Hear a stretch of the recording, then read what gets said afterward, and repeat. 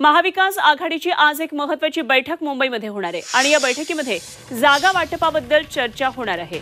मवियामध्ये 6 ते 7 लोकसभेच्या जागांवर सध्या तिढा आहे आणि या जागांवर आजच्या बैठकीमध्ये चर्चा होणार असल्याची माहिती मिळतेय।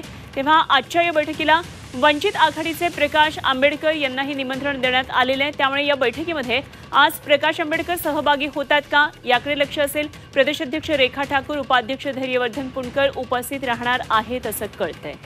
तेव्हा कुठल्या त्या नेमक्या जागा आहेत मवियामध्ये त्यावर तिढा आहे पाहूया। रामटेक, हिंगोली, वर्ध्यासाठी ठाकरे गट आणि काँग्रेसनं दावा केलेला आहे।